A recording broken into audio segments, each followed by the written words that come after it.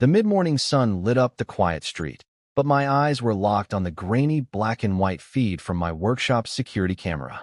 There she was again, Karen Miller, our HOA president, queen of neighborhood standards, strolling down my driveway like she owned it. Her oversized sunglasses glinted as she glanced around, making sure no one was watching. Then, without hesitation, she reached for the package sitting just inside the half-open workshop door.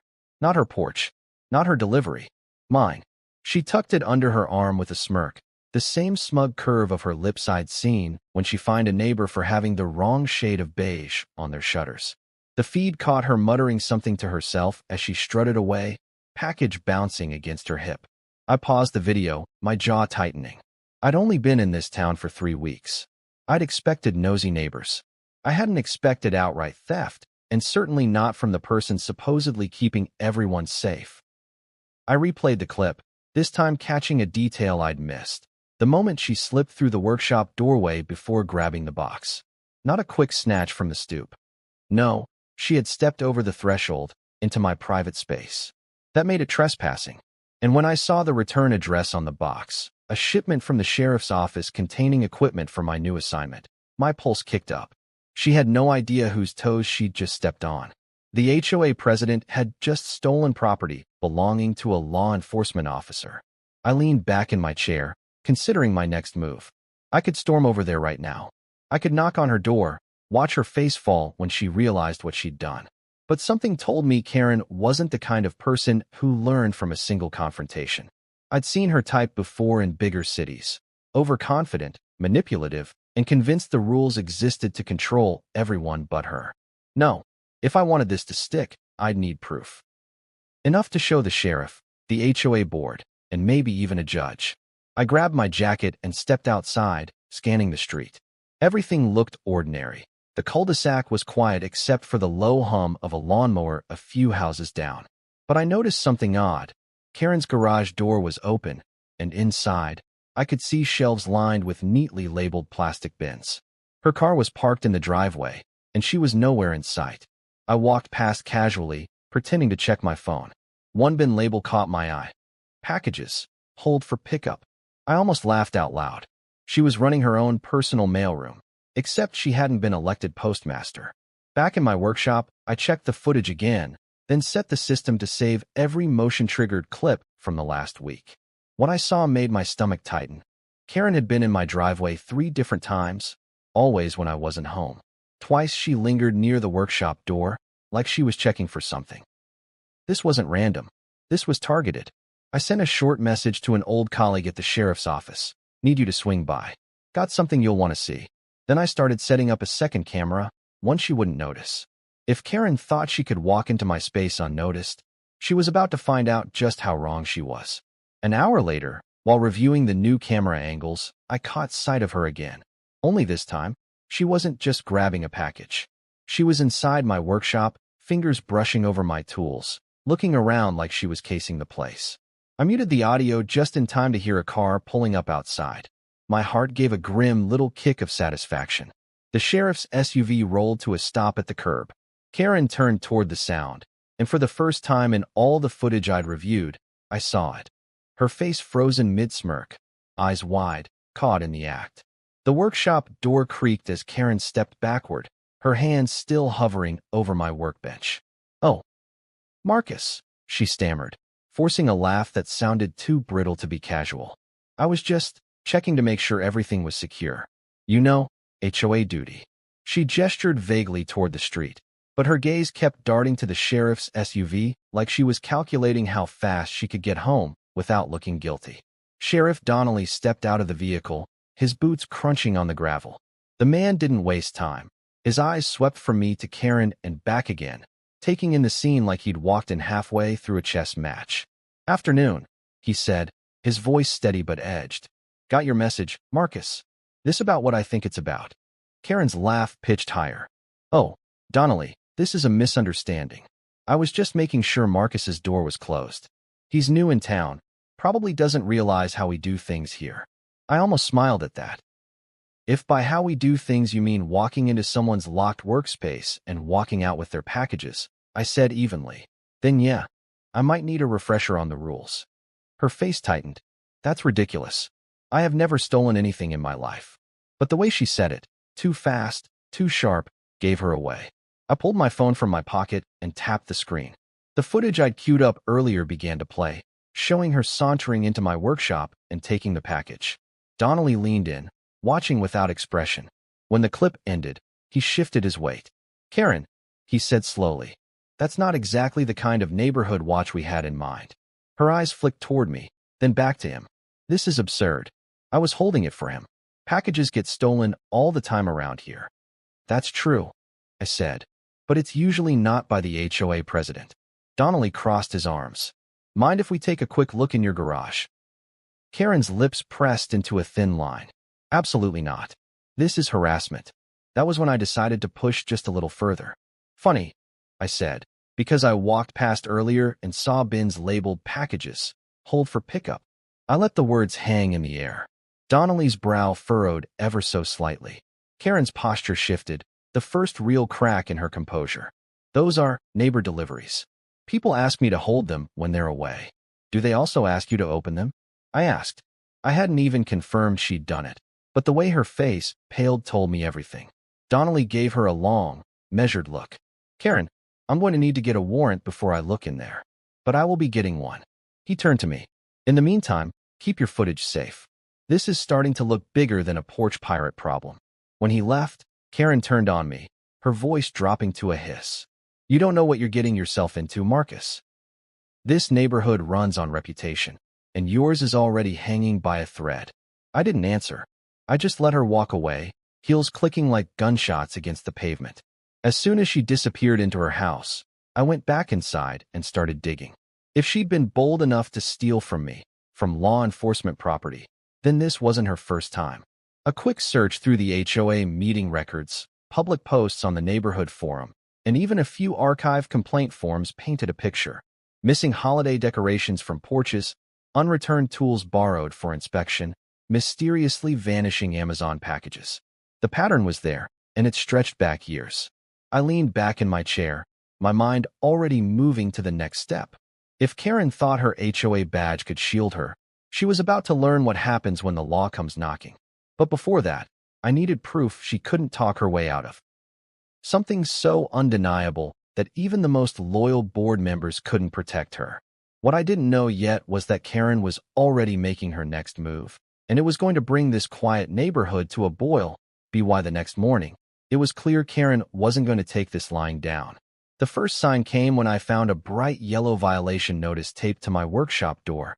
"Unapproved exterior modifications. Fines will be assessed until compliance is met." The modifications in question? My security cameras. She'd cited me under some obscure clause about visual obstructions to neighborhood harmony. I almost laughed, but then I noticed the ink smudges on the paper. She'd been in such a hurry to slap this on my door that the signature hadn't even dried. I knew the move was deliberate. A message. She wanted me to back off, to play the new guy who didn't rock the boat. But every HOA rule book in the world couldn't compete with a search warrant, and Sheriff Donnelly had already promised me one. That afternoon, his SUV rolled up again, this time with a deputy in tow. Karen emerged from her house before they could even knock, her face pulled tight into a smile that didn't reach her eyes. "Sheriff," she said sweetly, "what can I help you with today?" "Garage," Donnelly replied simply. Her smile froze. "Without a warrant." "Got it right here," he said, holding up a folded document. "Signed by Judge Mallory this morning. We'll keep this quick." I stayed on the sidewalk, watching as they disappeared into the garage. Karen tried to hover, but the deputy kept her to the side while Donnelly began pulling down the labeled bins.